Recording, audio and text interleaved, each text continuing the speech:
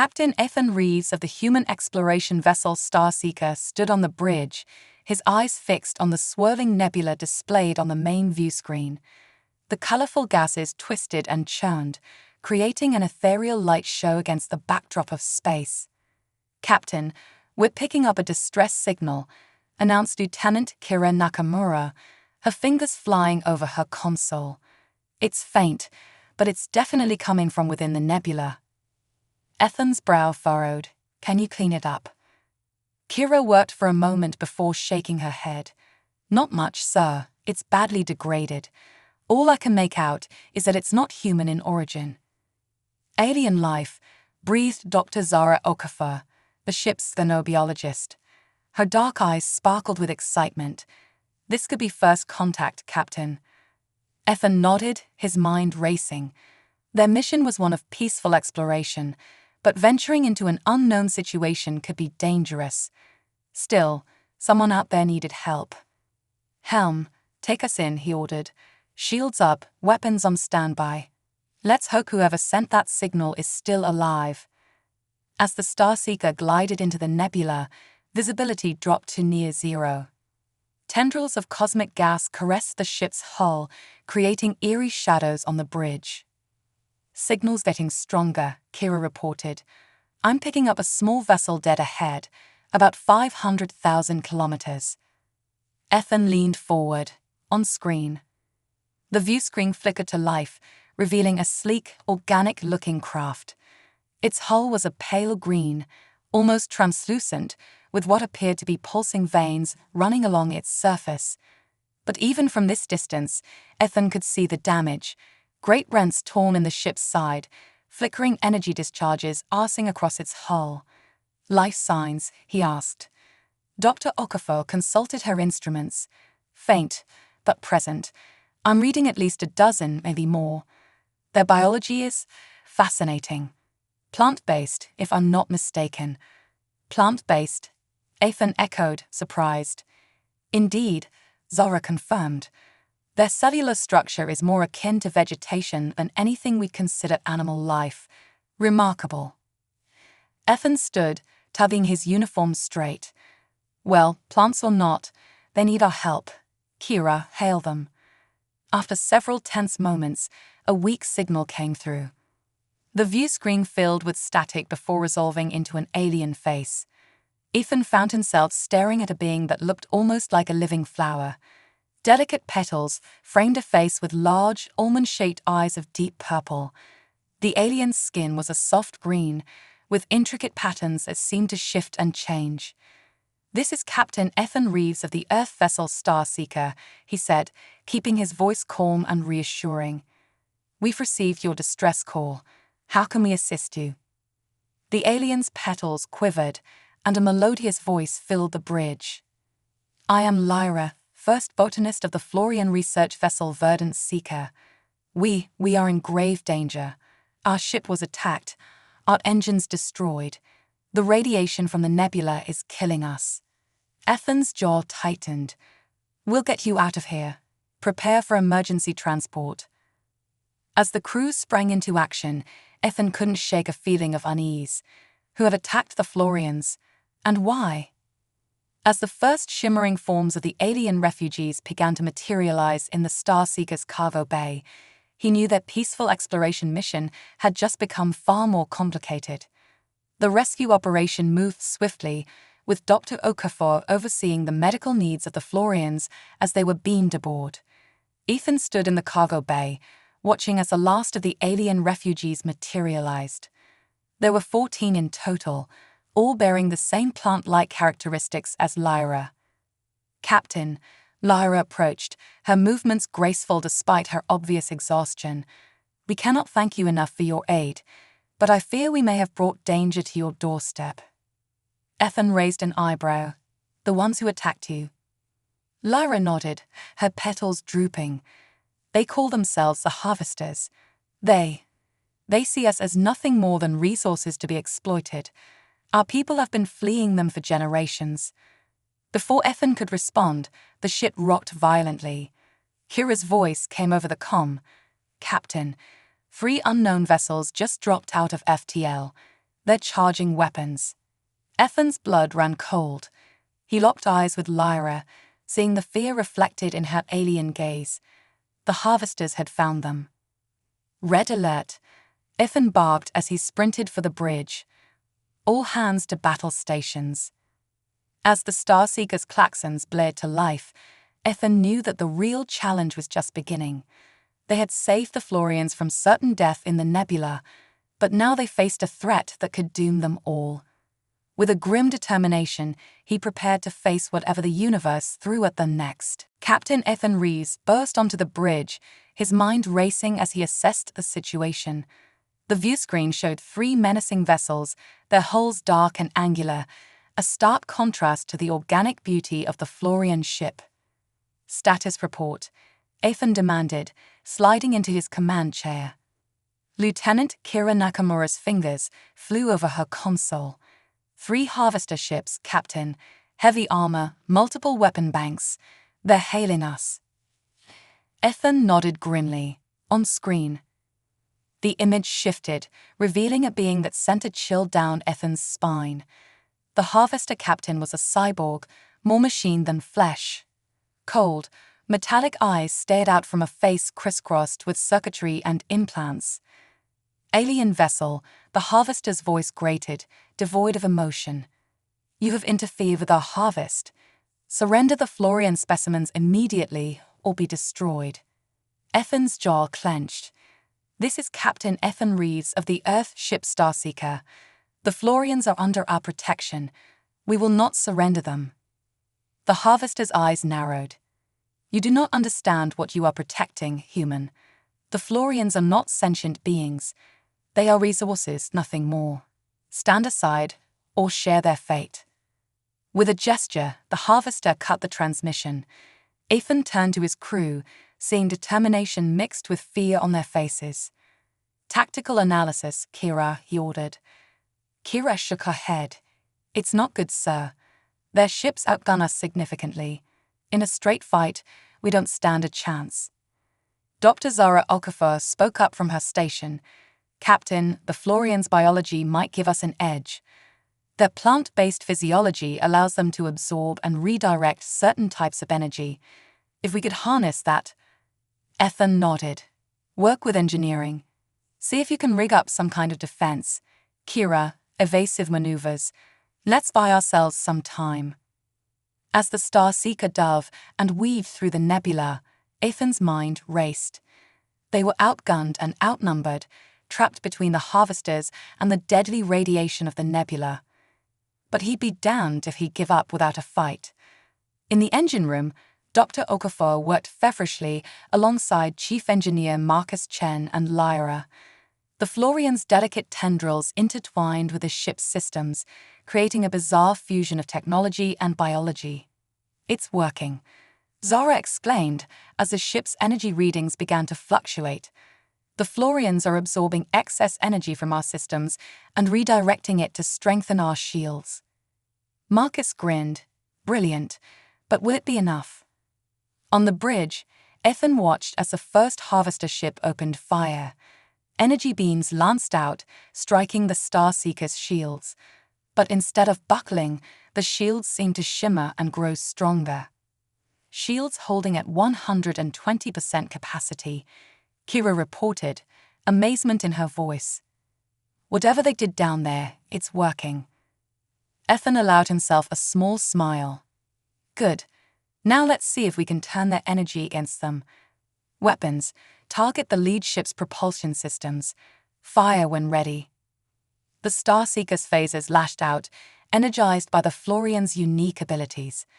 The beams struck the harvester ship, cutting through its armor like it was paper. Explosions blossomed along its hull as its engines went critical. One down. Kira cheered, but her celebration was short-lived as the other 2 harvester ships pressed their attack with renewed fury. The battle raged on, a deadly dance through the swirling gases of the nebula. The Starseekers' enhanced shields held, but Ethan knew they couldn't keep this up forever. They needed a way out. Captain, Lyra's voice came over the comm. We may have a solution. The nebula's radiation, we can use it. Ethan frowned. Explain. Our biology allows us to absorb and redirect radiation, Lara continued. If we channel the nebulous energy through your ship's systems, we could create a massive energy pulse. It would disable the harvester ships, but what? Ethan pressed. Lara's voice was sullen. The process would be fatal to us. We would burn out our own systems in the process. Silence fell over the bridge. Ethan closed his eyes, the weight of the decision heavy on his shoulders. He couldn't ask the Florians to sacrifice themselves. But if they didn't, everyone aboard the Star Seeker would die. There has to be another way, he said firmly. Dr. Okafor, work with Lyra. See if you can find a way to channel that energy without killing our new allies. Everyone else, hold on. We're not out of this fight yet. As the Starseeker shuddered under another barrage from the harvesters, Ethan steeled himself for what was to come. They had made first contact, rescued a new species, and now found themselves in a battle for survival. Whatever happened next, he knew this day would change the course of human history forever. The Starseeker shuddered as another volley of harvester weapons fire slammed into its shields. In the engine room, Dr. Zara Okafor and Lyra worked frantically to refine their plan. If we can create a symbiotic link between a human and a Florian, Zara explained, her voice tight with urgency, we might be able to channel the nebulous energy without fatal consequences to either species. Lyra's petals quivered with nervous energy, but such a link has never been attempted. The physiological differences. We don't have a choice, Zara interrupted. It's our only shot. Captain Ethan Ree's voice crackled over the comm. Whatever you're planning, do it fast. Our shields won't hold much longer. Zara took a deep breath. Captain, we need a volunteer to link with a Florian. It's dangerous, and we don't know the long-term effects, but... I'll do it, Ethan said without hesitation. Prepare the procedure. I'm on my way. Minutes later, Ethan lay on a makeshift biobed in engineering. Lyra's delicate tendrils wrapped around his arm. Dr. Okafor hovered nearby, monitoring their vital signs. Ready? Zara asked, her hand poised over the activation switch. Ethan nodded grimly. Do it. Pain lanced through Ethan's body as the link activated. His vision swam, filled with flashes of alien memories. Vast forests of sentient plants, the terror of fleeing the harvesters, the wonder of first contact with humans. Beside him, Lyra trembled, her skin pulsing with an inner light. Now, Lyra, Zara shouted, channel the nebulous energy. Ethan felt a surge of power unlike anything he'd ever experienced.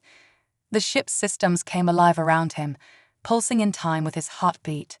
Through his link with Lyra, he could sense the swirling energies of the nebula, waiting to be harnessed. On the bridge, Lieutenant Kira Nakamura watched in awe as the Starseeker's weapons powered up to unprecedented levels. Energy readings off the charts, she reported. Whatever they're doing down there, it's working. Target the harvester ships, Commander Alexei Volkov, the first officer, ordered. Fire at will. The Starseeker's phasers lashed out, supercharged beams of energy that cut through the harvester's defenses like they weren't even there. One harvester ship exploded in a brilliant flash, while the other listed to the side, crippled. In engineering, Ethan gritted his teeth against the strain. We need to get out of here, he managed to say. While they're disabled, Lyra's thoughts merged with his own. Together, they channeled the nebulous energy into the Starseeker's warp drive. The ship lurched forward, slipping into warp with a flash of light. As the nebula fell away behind them, Ethan felt the connection with Lyra begin to fade. The last thing he saw before losing consciousness was a vision of a lush green world, the Florian homeworld, he realized. A beacon of hope in the vastness of space. Hours later, Ethan awoke in sickbay, his head pounding. Dr. Okafor stood over him, concern etched on her face. How do you feel, Captain? She asked. Ethan sat up slowly. Like I've been hit by a shuttlecraft. But alive, the Florians. All safe, Zara assured him. But there's something you need to see. She led him to a nearby biobed where Lyra lay. The Florian looked different. Her once green skin now had a distinctly pinkish hue, and her petals had receded slightly. The symbiotic link, Zara explained. It changed them. All of them. They're becoming, well, more like us. Ethan's eyes widened. And what about me, us? Zara shook her head. It's too early to tell, but there are signs of physiological changes in the human volunteers as well. Nothing dramatic, but we're in uncharted territory here, Captain. Before Ethan could respond, the ship's red alert klaxon blared to life. Commander Volkov's voice came over the comm. Captain, to the bridge. Long-range sensors have detected a massive harvester fleet on an intercept course. They'll be on us in less than 6 hours. Ethan's jaw set in determination. They had escaped the immediate threat, but the real battle was just beginning. As he hurried to the bridge, his mind raced with the implications of what had happened. They had changed the Florians, perhaps irrevocably. And in doing so, they had made themselves targets of a technologically superior enemy. But they had also forged a bond between their species that transcended mere alliance. Whatever came next, humans and Florians would face it together, and Ethan swore to himself that he would do whatever it took to protect their new allies and the future they represented. As the Starseeker raced through space, pursued by the looming threat of the Harvester fleet, an unexpected period of calm settled over the ship. This interlude became a crucible for cultural exchange between the humans and their Florian guests. In the ship's hydroponics bay, now repurposed as temporary quarters for the Florians, Captain Ethan Reeves found himself in deep conversation with Lyra. The Florian's appearance had continued to evolve, her once petal-like hair now more closely resembling flowing vines, her skin a mesmerizing swirl of pink and green. Your people's adaptability is remarkable, Ethan marveled, watching as Lyra effortlessly interfaced with a nearby console, her tendrils merging seamlessly with the technology. Lyra's eyes, now flecked with gold, met his. As is yours, Captain. The symbiotic link has changed us both in ways we're only beginning to understand. Indeed, Ethan had noticed subtle changes in himself and the other human volunteers. Their reflexes were sharper, their ability to process information heightened. More strikingly, they had developed an almost intuitive understanding of plant life, able to sense the health and needs of the ship's vegetation with a mere touch. Dr. Zara Okafor entered the bay, her arms full of data pads. Captain Lyra, I've been analyzing the data from our link. The implications are, well, they're staggering. As Zara laid out her findings, Ethan's mind reeled. The symbiosis between human and Florian had created a hybrid biology that was more than the sum of its parts. Enhanced regeneration, improved cognitive function, and most intriguingly, the potential for vastly extended lifespans. But that's not all, Zara continued, her eyes shining with excitement. The Florian's ability to photosynthesize, combined with our digestive systems, could revolutionize space travel. We could potentially sustain ourselves on sunlight and minimal nutrients for extended periods. Lyra nodded, her expression thoughtful. And your technology, merged with our organic interfaces, could lead to advancements we've only dreamed of. Ships that are truly alive, capable of healing and adapting to any environment. As they discussed the possibilities, Ethan couldn't help but feel a sense of wonder. In the face of imminent danger, two vastly different species had not only found common ground, but were on the brink of evolutionary leaps that could change the course of both their civilizations. Meanwhile, in other parts of the ship, the cultural exchange continued. In the mess hall, Chef Miguel Cardenas worked alongside a Florian named Thorn, creating bizarre but delicious hybrid cuisines that catered to both species' nutritional needs. The resulting dishes, shimmering salads that seemed to pulse with life, fruits that tasted like the most succulent meats, became a sensation among the crew.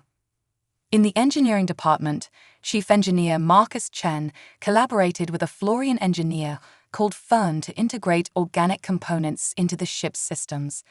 The results were immediate and dramatic: improved efficiency, self-repairing circuitry, and an overall boost to the Starseeker's performance. But it wasn't all smooth sailing. Cultural misunderstandings and biological differences led to some tense moments. A casual touch, harmless to humans, could be intensely overwhelming for the touch-sensitive Florians. The humans' habit of consuming animal protein, a necessity for their diet, was initially horrifying to the herbivorous Florians. These challenges, however, only served to deepen the growing bond between the two species. Each misunderstanding became an opportunity for learning, each difference a chance to find creative solutions. As the hours ticked by and the harvester fleet drew ever closer, Ethan found himself in his ready room, poring over tactical data with Commander Volkov. The changes wrought by the symbiosis had sharpened Ethan's strategic thinking, allowing him to see patterns and possibilities he might have missed before. "We're outnumbered and outgunned," Volkov said grimly, "but our enhanced systems give us an edge in maneuverability and endurance." Ethan nodded, his mind racing. "And the Florians' knowledge of harvester tactics could be invaluable. We need tow." He was interrupted by a sudden searing pain in his head. Images flashed before his eyes, a lush green world, teeming with life, suddenly overshadowed by the looming shapes of harvester ships. He gasped, realizing he was seeing through Lyra's memories. "Captain?" Volkov asked, concern evident in his voice. Ethan shook his head to clear it. "Get Lyra and Dr. Okafor to the bridge immediately. I think I know where we need to go." As he strode onto the bridge, Ethan felt a new sense of purpose. The cultural exchange between humans and Florians had given them strengths neither species possessed alone. Now, it was time to put those strengths to the test. The harvester fleet was closing in, but Ethan allowed himself a small smile. They might be racing towards danger, but they were doing so as a united front, human and Florian, technology and nature, two species forging a future neither could have imagined alone.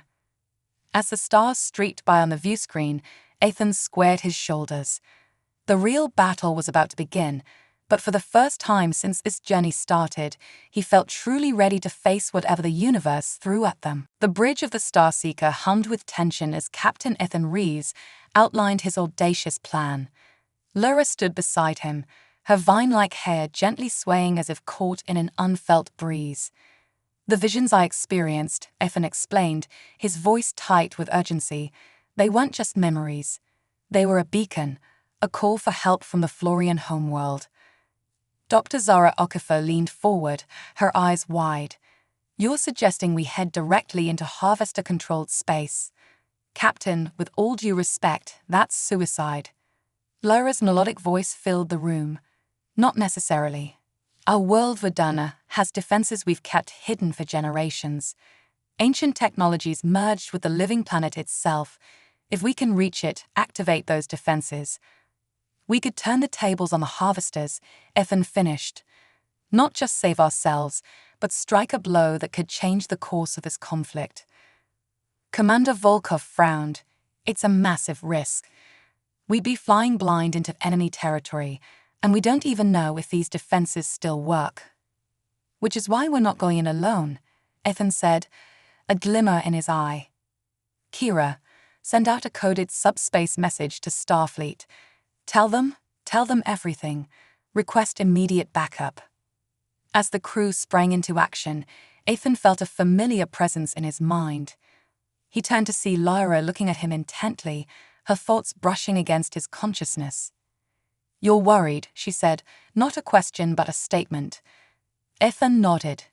"We're asking a lot of my crew, of your people. If this goes wrong..." Lyra's tendril gently touched his arm, sending a warm pulse through their symbiotic link. "But if it goes right, we save two worlds. Sometimes, the greatest risk yields the greatest reward." Over the next few hours, the Starseeker pushed its enhanced systems to the limit, racing towards Verdana. The pursuing harvester fleet fell behind, unable to match the incredible speeds the hybrid ship could now achieve. In engineering, Chief Marcus Chen worked feverishly alongside his Florian counterpart Fern. Their fingers danced over consoles, making minute adjustments to keep the warp course stable at these unprecedented velocities. "We're redlining everything," Marcus muttered, wiping sweat from his brow. "One wrong move, and we'll tear ourselves apart." Fern's leaves rustled in what Marcus had come to recognize as laughter. "Then we don't make a wrong move, my friend. Our people are counting on us." As they neared Verdenna's star system, the ship dropped out of warp. The view screen filled with the sight of a magnificent green and blue planet, swathed in wispy clouds. But the beauty of the scene was marred by the ominous shapes of harvester ships in orbit. "We've been detected," Kira reported, her fingers flying over her console. "Multiple ships on an intercept course." Ethan's jaw set. "Evasive maneuvers. Lyra, we need to locate those planetary defenses." Lyra closed her eyes, connecting with the planet below. "There," she said after a moment, pointing to a location on the southern continent.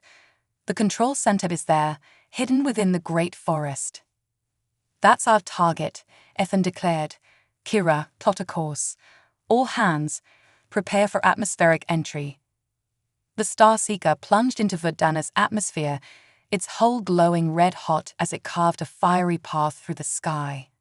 Harvester ships gave chase, energy beams lancing out around them. "Shields at 60% and dropping," Volkov reported grimly. Ethan gripped his chair. "Divert all non-essential power to shields and engines. We just need to hold together a little longer." As they broke through the cloud cover, a vast expanse of green filled the view screen. The great forest of Verdenna stretched as far as the eye could see, a sea of impossibly tall trees with trunks wider than starships. "There," Lyra exclaimed, pointing to a clearing barely visible among the foliage. "The entrance to the control center." Ethan nodded. "Take us in. Prepare an away team. We'll need tow." His words were cut off as a massive explosion rocked the ship. Alarms blared as the Starseeker began to lose altitude, smoke trailing from one of its nacelles. Direct hit to the port engine. Chen's voice came over the comm, strained and urgent. "We're losing power fast. We can't maintain flight." Ethan's mind raced. They were so close, but a crash landing could doom them all.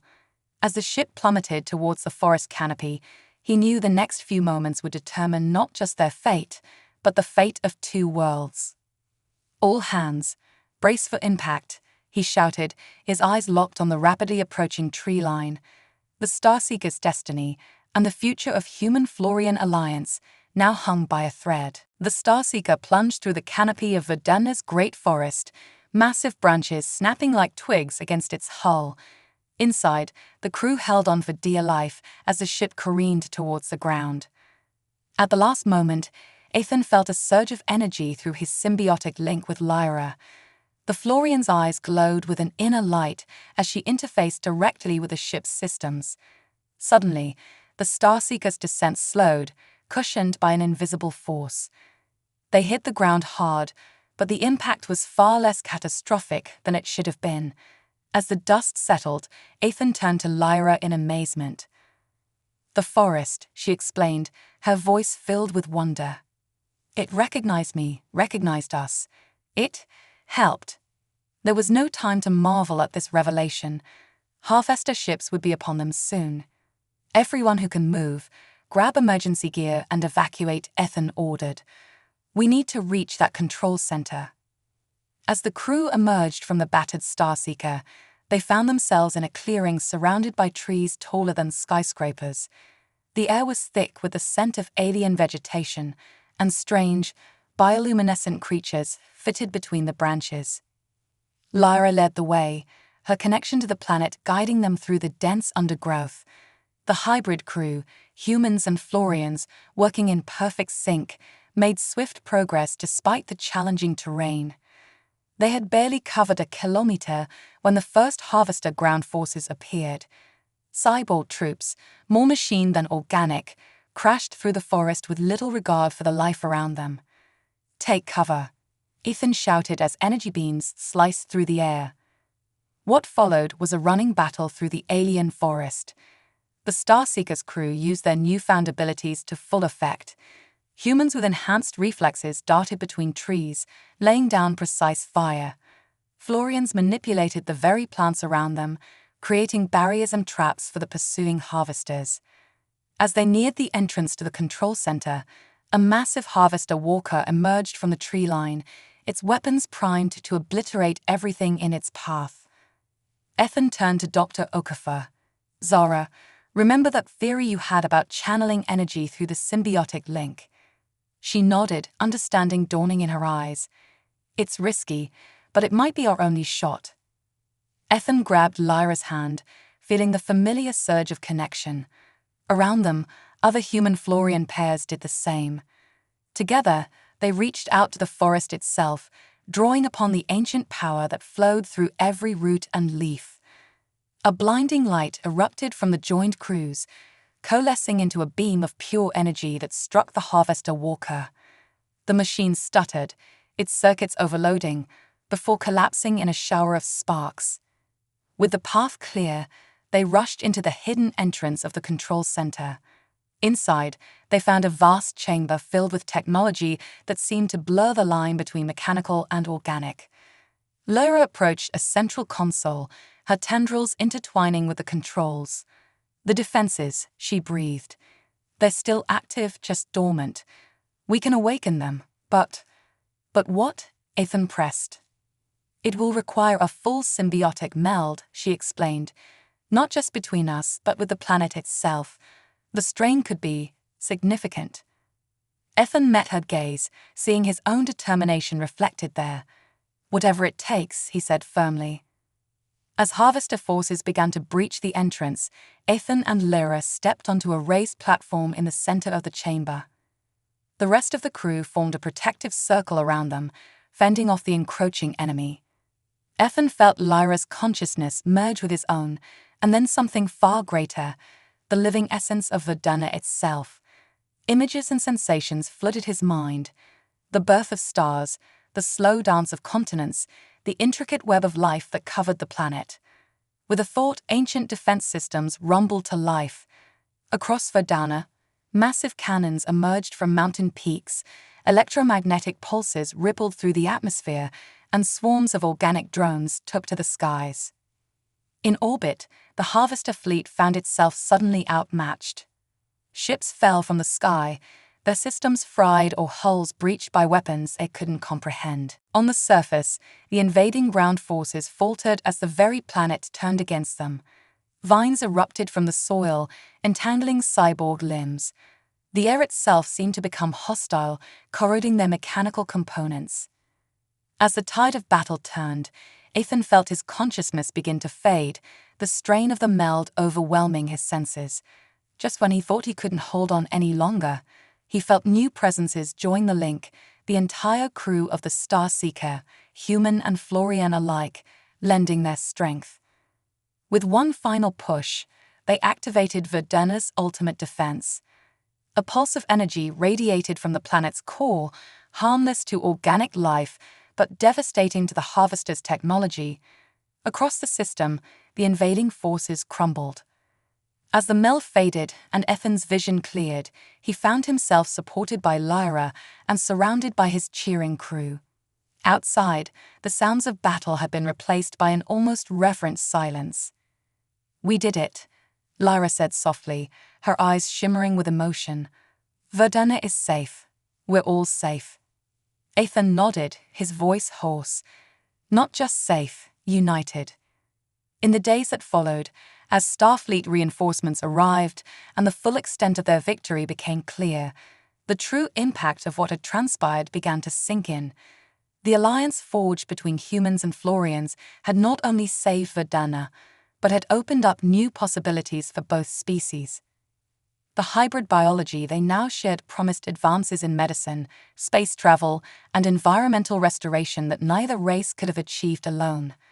More than that, they had proven that diversity and cooperation could overcome even the most daunting challenges. As Ethan stood on the bridge of the newly repaired Starseeker, preparing to depart Verdana with a mixed crew of humans and Florians, He felt a sense of profound optimism. They had faced extinction and emerged stronger, not just surviving but evolving. The stars beckoned, filled with both wonders and dangers. But whatever the universe had in store, Ethan knew that they would face it together, a new species forged in the crucible of crisis, ready to shape the future of the galaxy.